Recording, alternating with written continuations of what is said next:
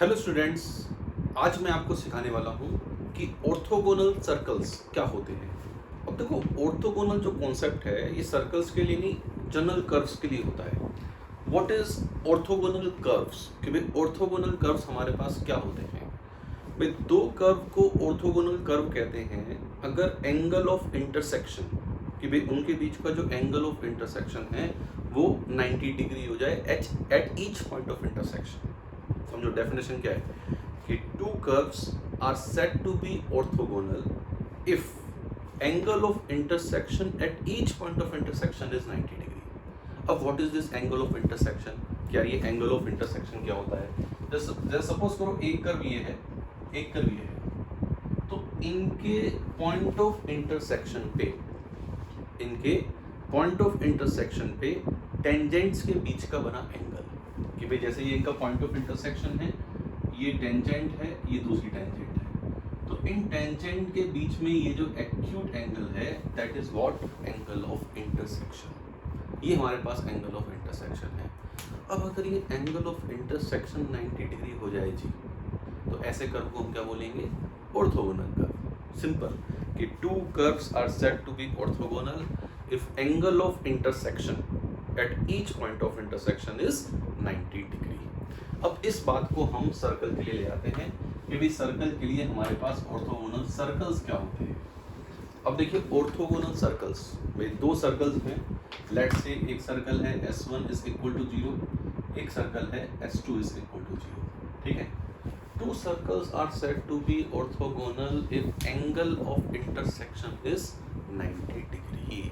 अगर angle of intersection 90 degree है तो हमारे पास सब सर्कल कैसे हैं? ऑर्थोगोनल। अब एंगल ऑफ इंटरसेक्शन 90 डिग्री होने का मतलब क्या है? जैसे एक सर्कल ये है, दूसरा सर्कल ये है, ये दूसरा सर्कल है, ठीक है। Angle of intersection is 90 degree, मतलब पॉइंट ऑफ इंटरसेक्शन पे जो टेंजेंट्स हैं उनके बीच का एंगल 90 डिग्री होना चाहिए। तो भाई जैसे ये हमारे पास पॉइंट ऑफ इंटरसेक्शन है ये, अब यहाँ पे इसकी टेंजेंट मान लो ये है, ठीक है, इसकी टेंजेंट ये है, और इन दोनों के बीच का एंगल कितना है? 90 डिग्री। ये एंगल इन दोनों के बीच कितना है? 90 डिग्री। अब देखो इन दोनों लाइन के बीच में एंगल 90 डिग्री है, तो ये जो लाइन है भाई इसकी तो टेंजेंट है और इसका ये नॉर्मल हो जाएगा, इसी तरह ये नॉर्मल हो जाएगा। इसका मतलब ऑर्थोगोनल सर्कल के केस में ये जो लाइंस हैं, एक की टेंजेंट दूसरे के सेंटर से पास होती है, तो इसकी टेंजेंट इस दूसरे सर्कल के सेंटर से पास होगी। इसी तरह ये दूसरे वाले की टेंजेंट पहले वाले के सेंटर से पास होगी अगर सर्कल हमारे पास कैसे हैं? ऑर्थोगोनल। ठीक बात। यही काम जहाँ ये हो रहा है वही काम यहाँ पर हुआ होगा। सिमेट्री से हम ऐसा इसमें बोल सकते हैं। अब सिमेट्री से मैंने इसमें ऐसा बोल दिया कि ऐसा हो सकता है। अब जैसे ये पहले सर्कल की रेडियस है R1, ये दूसरे सर्कल की रेडियस है R2, और ये इनके सेंटर के बीच की डिस्टेंस है D। ये राइट एंगल ट्राइंगल है, तो ये राइट एंगल ट्राइंगल है। राइट एंगल ट्राइंगल में क्या लग सकती है? पाइथागोरस। पाइथागोरस लगेगी तो हमारे पास रिलेशन क्या आएगा? R1 square plus R2 square is equal to C1 C2 square, इस सेंटर के बीच की डिस्टेंस का स्क्वायर। अब जैसे सपोज करो यार, जो पहला सर्कल है S1 है हमारे पास x square plus Y square plus 2g1x plus 2f1y plus C1 is equal to 0। ये S1 की इक्वेशन है, ठीक है। S2 की इक्वेशन है, लेट से S2 यहाँ लिख देता हूँ मैं, x square plus Y square plus 2g2x plus 2f2y plus C2 is equal to 0। ये हमारे पास S1 की इक्वेशन है, ये हमारे पास S2 की इक्वेशन है। अब इसमें ये कंडीशन लगाते हैं, R1 स्क्वायर मतलब g1 square plus f1 square minus C1, g2 square plus f2 square minus C2, और C1 C2 इसका सेंटर है माइनस g1 माइनस f1, इसका सेंटर है माइनस g2 माइनस f2, उनके बीच के डिस्टेंस का स्क्वायर। तो ये हो जाएगा g1 माइनस g2 का whole square plus f1 minus f2 का होल स्क्वायर। इसको खोलेंगे तो खोलने पे क्या मिलेगा, g1 square plus g2 square minus 2g1 g2, ठीक है। और इसमें क्या मिलेगा, f1 square plus f2 square minus 2f1 f2। ये इससे कट गए, इन दोनों को इधर ले आए, इन दोनों को इधर ले आए, तो हमारे पास कंडीशन क्या आ गई, 2g1 g2 plus 2f1 f2 बराबर c1 प्लस c2। तो दो सर्कल ऑर्थोगोनल होने की ये हमारे पास एक कंडीशन है। ऑर्थोगोनल का मतलब क्या है कि भाई ऑर्थोगोनल से मतलब क्या निकाला जाए कि angle of intersection eight their point of intersection between these two circle is 90 degree, कि भाई 90 डिग्री है, तो ये हमारे पास उसकी कंडीशन है। कंडीशन हम ये भी याद रख सकते हैं कि r1 square plus r2 square बराबर c1 c2 स्क्वायर, और कंडीशन हम ये भी याद रख सकते हैं 2g1 g2 plus 2f1 f2 बराबर c1 प्लस c2। तो जब भी हमारे पास केस बने तो इसमें से केस लगा दो, आंसर आ जाएगा। बिल्कुल लड्डू सी चीज़ होती है, ठीक है। तो दो सर्कल के ऑर्थोगोनल होने की ये कंडीशन है।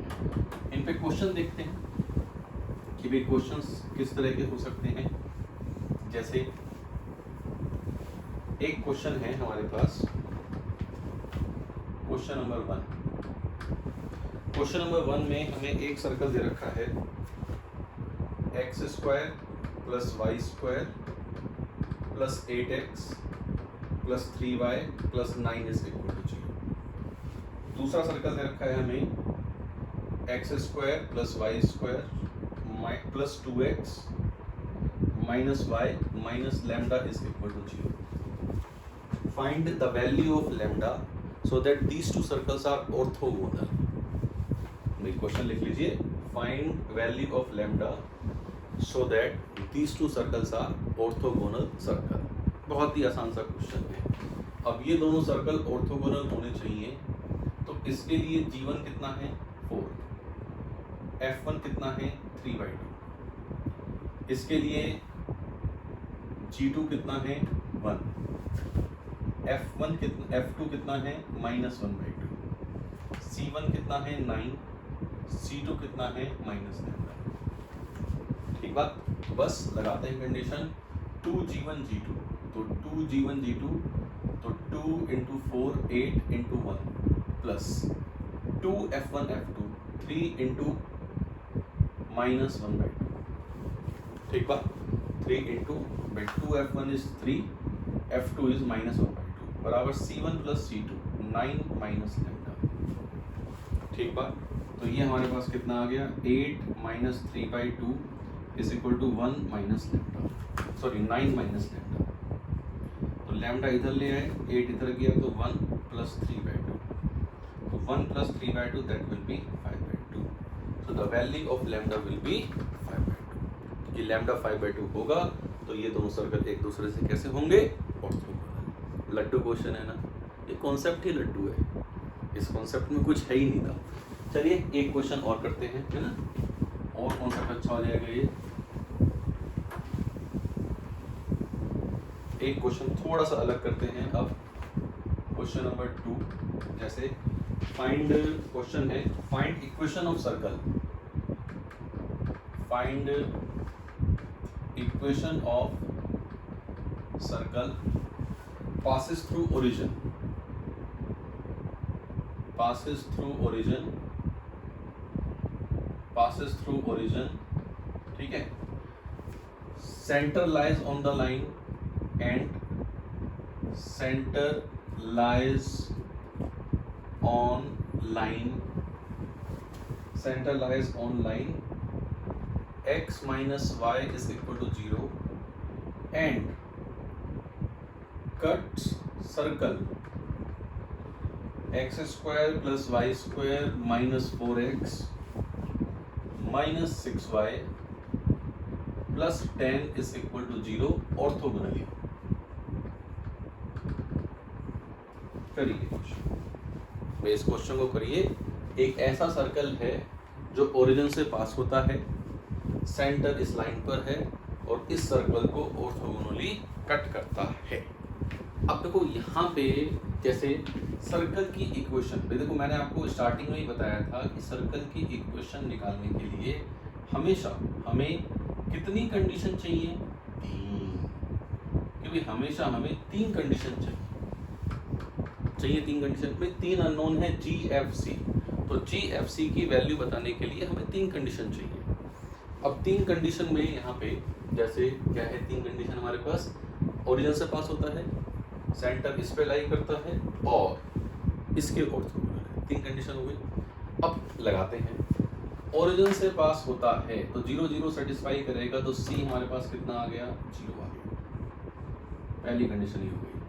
-G -F सेंटर है, वो इस पे लाई करेगा तो G बराबर F आ गया। G बराबर F आ गया। 2 कंडीशन आ गई कि G बराबर F है और C बराबर कितना है? 0। इस सर्कल के ऑर्थोगोनल है तो 2G1 तो G हो गया into -2 plus 2F into F1 वो कितना हो गया? -3। 2G1 G2 is -2, F2 is -3 बराबर C1 प्लस C2। अब ये C 0, ये C कितना है? 0 है। तो ये हमारे पास कितना हो गया? -4G -6F बराबर 10। तो यहाँ पे 2 से मल्टीप्लाई कर लेते हैं, सॉरी 2 से डिवाइड, -2 से डिवाइड कर देते हैं, 2G प्लस 3F बराबर -5। अब एक कंडीशन ये थी, इसे तो यूज कर ही लिया, एक ये है एक ये है। G बराबर F रख देते हैं तो F आ जाएगा -1। F is -1 then G is also -1। अब G और F दोनों की वैल्यू मिल गई और C की वैल्यू पता है, तो सर्कल की इक्वेशन पता है कि what should be the equation of circle? x² plus y² minus 2x minus 2y is equal to 0। This is the equation of circle. ये सर्कल की हमारे पास इक्वेशन आ गई। लट्टू, चलिए एक क्वेश्चन और करते हैं, एक क्वेश्चन और करते हैं, ठीक है? देखते हैं एक क्वेश्चन आप कैसे कर पाओगे। एक क्वेश्चन और, क्वेश्चन ये है, 2 orthogonal circles whose radius are 2 circles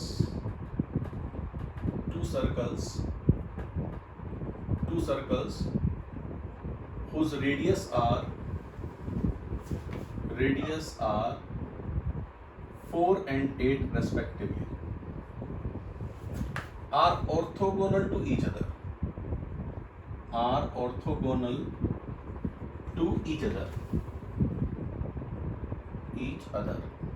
ठीक। Find length of common code,